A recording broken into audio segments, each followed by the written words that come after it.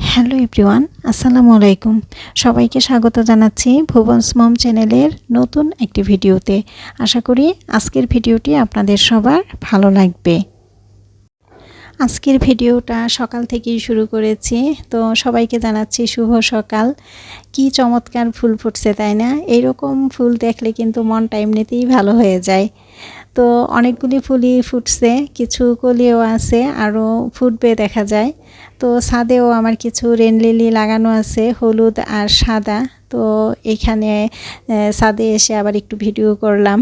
তো ছাদের ফুলগুলিও কিন্তু বেশ সুন্দর। ছাদের গাছগুলির আসলে যত্ন করা হয় না তেমন একটা, তো এরপরেও ভালোই ফুল ফুটছে। আর এখানে কিছু পর্তুলিকা ফুটে আছে, এই ফুলগুলিও কিন্তু বেশ সুন্দর।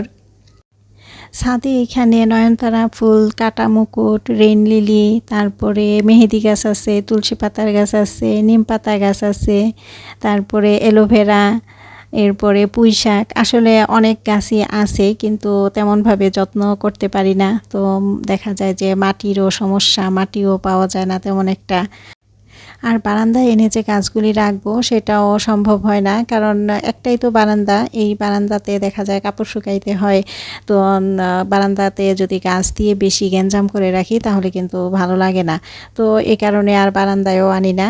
তো ছাদে কম যাওয়া হয়, ছাদে তেমনভাবে যত্নও করা হয় না, এই আর কি। তো যাই হোক, এরপরে তো ভেতরে চলে আসলাম। আর আসার পরে তো ছেলে স্কুলে চলে গেল। ছেলে তো কিছুই খেলো না, বলে যে না খাবো না। তো আমি এদিকে ডাইনিং টেবিলের রানারগুলি পাল্টে নিলাম। ডাইনিং টেবিলের রানারগুলি বেশ ভালোই ময়লা হয়েছিল। তো কিছুদিন যাবতই বলতেছিলাম যে পাল্টাবো পাল্টাবো, কিন্তু আর পাল্টানো হয় না।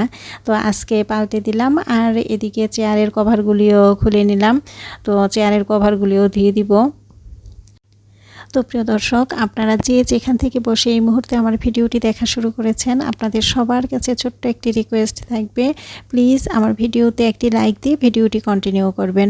আর আমার ভিডিওটি যদি আপনাদের কাছে ভালো লাগে তাহলে আমার চ্যানেলটি সাবস্ক্রাইব করে আমাকে নতুন নতুন ভিডিও বানাতে উৎসাহিত করবেন।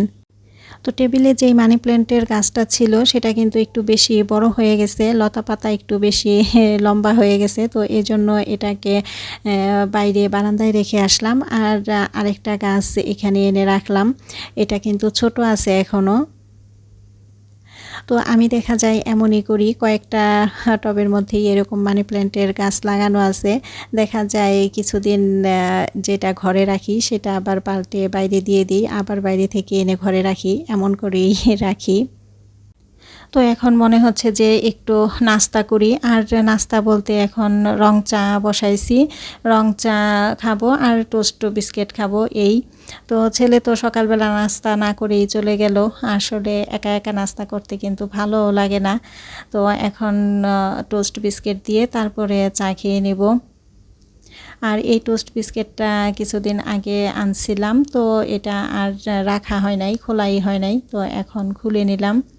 তো চা কিন্তু হয়ে গেছে। আমার কাছে তো দুধ চা ভালো লাগে না, তাই যখন খাই রং চাটাই চেষ্টা করি খাওয়ার।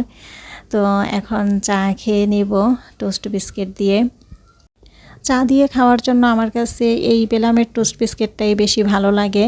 তো যখনই চায়ের জন্য বিস্কিট আনি তখন কিন্তু আমি এই বেলামের বিস্কিটটাই নিয়ে আসি।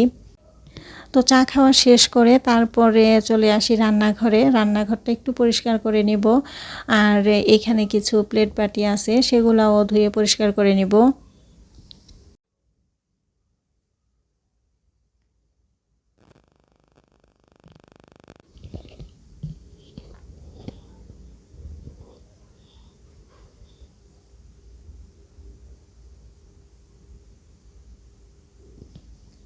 তো আজকে কিন্তু সাবান দিয়ে পরিষ্কার করতেছি না, আজকে এমনিতেই ভিজায়া কাপড়, তারপরে ভিজা কাপড় দিয়েই পরিষ্কার করে নিলাম। তো চুলাটা পরিষ্কার করা হয়ে গেছে, এখন প্লেট বাটি যেগুলা ছিল সেগুলা ধুয়ে নিতেছি। আসলে আমাদের কাজের কিন্তু কোনো শেষ নাই, কাজ কিন্তু আমরা একটার পর একটা করতেই থাকি, কিন্তু সব কাজ তো আর শেয়ার করা হয় না। দেখা যায় যে প্রতিদিনের যেই কাজগুলি করি তার থেকে কিছু কিছু অংশ কিন্তু আপনাদের সাথে শেয়ার করা হয়। তো প্লেট বাটিগুলা কিন্তু ধোয়া হয়ে গেছে, চুলাও পরিষ্কার করা হয়ে গেছে। তো এরপরে কিন্তু আমি গোসলে চলে যাই।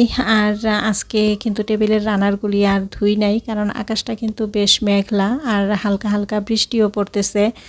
তো চেয়ারের কভারগুলি শুধু ধুয়ে দিছি, আর টেবিলের রানারগুলি ধুই নাই, কারণ এই মেঘলা আকাশ, রোদ উঠবে না, দেখা যাবে ভিজা কাপড় ঘরে থাকবে, এটা ভালো লাগে না। তো এজন্য আর ধোয়া হয় নাই। আর চেয়ারের কভারগুলি ধুয়ে দিছি। এগুলা তো পাতলা কাপড়, এগুলা দেখা যাবে শুকায় যাবে, এই কারণে এগুলা ধুয়ে দিছি। তো কাপড়গুলি ছড়াই দিয়ে তারপরে কিন্তু দুপুরের রান্নাটা করার জন্য চলে আসি। আর এখানে আজকে পুঁই শাক নিছি, পুঁই শাক চিংড়ি দিয়ে রান্না করব। আর ভাতটা তো হয়ে গেছে। আর এইখানে কাঁকরোল আর মিষ্টি কুমড়া, এটা চাকচাক করে কেটে নিছি, এটা ভাজবো। মিষ্টি কুমড়া এইভাবে ভাজলে তো আমার ছেলে ভীষণ পছন্দ করে, তো আমি চেষ্টা করি ওকে প্রায় সময় এইভাবে ভেজে দেওয়ার। মিষ্টি কুমড়া আর কাঁকরোল ভাজা হয়ে গেছে, এগুলো এখন একটা প্লেটে উঠায় তারপরে টেবিলে রেখে আসি।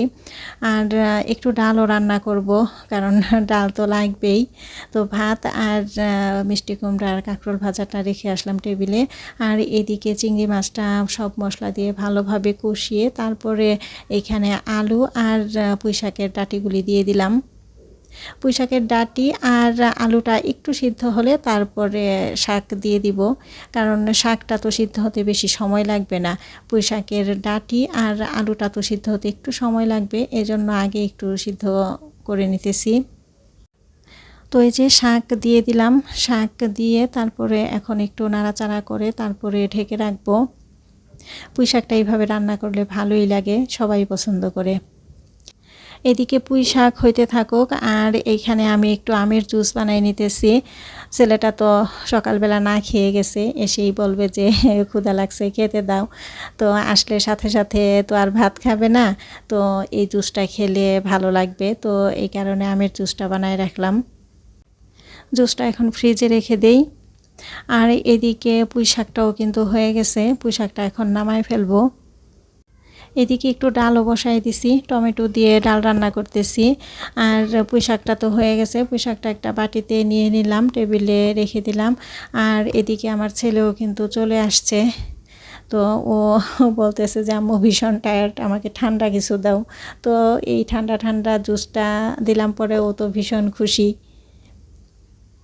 আর এদিকে আমার রান্নাটাও কমপ্লিট। ভাত রান্না করলাম, চিংড়ি দিয়ে পুঁই শাক রান্না করলাম, ডাল রান্না করলাম, আর মিষ্টি কুমড়া আর কাঁকরোল ভাজলাম। এই আজকে দুপুরের খাবার।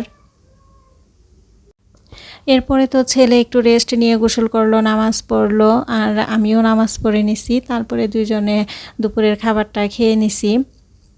আর এখন হচ্ছে আসরের নামাজের পরপরই তো বালিশের কভারগুলি কিন্তু শুকায় গেছে, এগুলা পাতলা কাপড় তো শুকায় গেছে। তো এখন একটু ইস্ত্রি করে দিতেছি, ইস্ত্রি করে তারপরে এখন চেয়ারের মধ্যে লাগাই দিব। এই চেয়ারের কভারগুলি পাল্টায় দিব চিন্তা করতেছি। তো এই কভারগুলি একটু সাদা সাদা, তো দেখা যায় হালকা ময়লা হলেই খারাপ লাগে, তো এজন্য চিন্তা করতেছি যে একটু কালারফুল নিয়ে আসব। তো ইস্ত্রি করা শেষ, এখন এই যে চেয়ারের মধ্যে কিন্তু কভার দিয়ে দিতেছি। তো প্রিয় দর্শক, আজকের ভিডিওটি এই পর্যন্তই। দেখা হবে অন্য একদিন নতুন একটি ভিডিও নিয়ে। আশা করি সে পর্যন্ত সবাই ভালো থাকবেন, সুস্থ থাকবেন। আল্লাহ হাফেজ, আসসালামু আলাইকুম।